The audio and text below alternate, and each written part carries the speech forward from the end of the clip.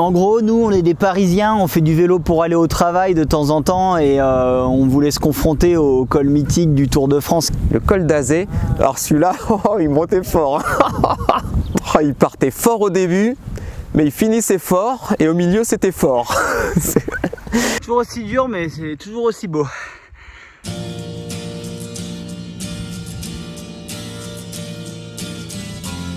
Des magnifiques boucles, même la descente était superbe. Ce matin quand on a pris le vélo là à 7 h, c'était tout givré là, j'ai dû dégivrer la selle, les poignets. On s'attendait à passer la nuit dehors au froid, la pluie, sous la tente, dans l'herbe mouillée et finalement un petit centre, genre tu vois, style UCPA. Et là Greg il revient dans la voiture et dit attends, il y a une porte qui est ouverte, le gîte il est désert, donc on a été se poser dans la salle des fêtes.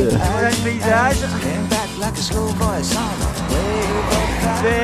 Vers sourde. Et là on est là, peinard avec Greg. Il y a Aurélien qui doit être là. Putain, une nuit de malade, on a récupéré de dingue. Il manquait que le massage mais bon, on s'est tiré, ça a été. C'est la nuit au sec, au chaud, avec les habits qui sèchent, les paysages qu'on voit. Là on passe des villages, pas tout le temps. Et puis ben, on va vers là-haut, là, la montagne enneigée. Dans eu de la neige hein, pendant ce tir. On voyait l'arrivée du col à perte de vue, de super loin. On voyait les petits lacets de la fin là, qu'on a pu appréhender. C'était magnifique, un petit peu de neige, pas sur la route mais sur le paysage, bien comme il fallait, un régal. Et quand il y a les marquages au sol là, ça veut dire que t'es vraiment dans le tour là. Ah c'est beau hein. Et on voit le col, c'est dans la neige. C'est dur hein. C'est raide là. Quand on est dans des inclinaisons qui sont jusqu'à 7, franchement c'est rando quoi. Nous on s'est fait plutôt des moyennes à 8. Ok ça bastonne un peu à 10, il faut se mettre en danseuse mais... Et c'est l'arrivée!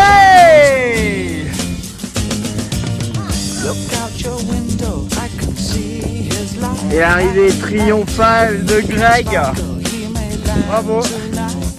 Moins d'une heure. Alors ça y est là, c'est col d'Azé, c'est ça? Col d'Azé. Col d'Azé.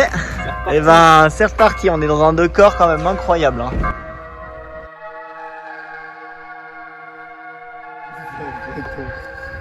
Bon alors en fait on n'est pas en vacances. On est en travail. Donc en fait on fait un col, une réunion. Un col, une réunion. Ouais, là je viens de m'en mettre plein les pattes et maintenant je me repose avec une petite réunion.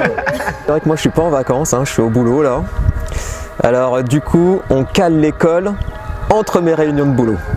Ben voilà, on a fait ces cols dans ce décor magnifique. Et puis, ma foi, on va quitter ce fameux lac.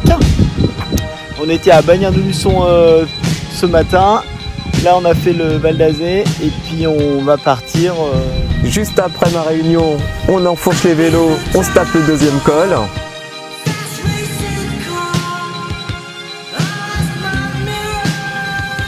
Allez, c'est parti. Val Laurent-Azé. Ça va cogner. Premier kilomètre.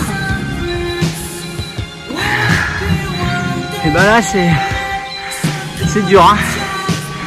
Le paysage est magnifique, mais on est dans du 13% là. Donc ça va être un effort très dur. Le col d'Azé, on s'est retrouvé en danseuse parce qu'il y avait du 13. Mais bon, c'est un petit mauvais passage à passer. Aurélien qui vient de doubler. Avec mon gros braquet, c'est compliqué. Waouh, waouh, waouh. Allez, courage. Yeah! Et il arrive pour le finish! Bravo! Vache! 8,5 la moyenne de la pop. Comme le Laurent-Azé. Un de plus, un décor. Mais un décor de ouf. Faire du vélo dans ces sommets.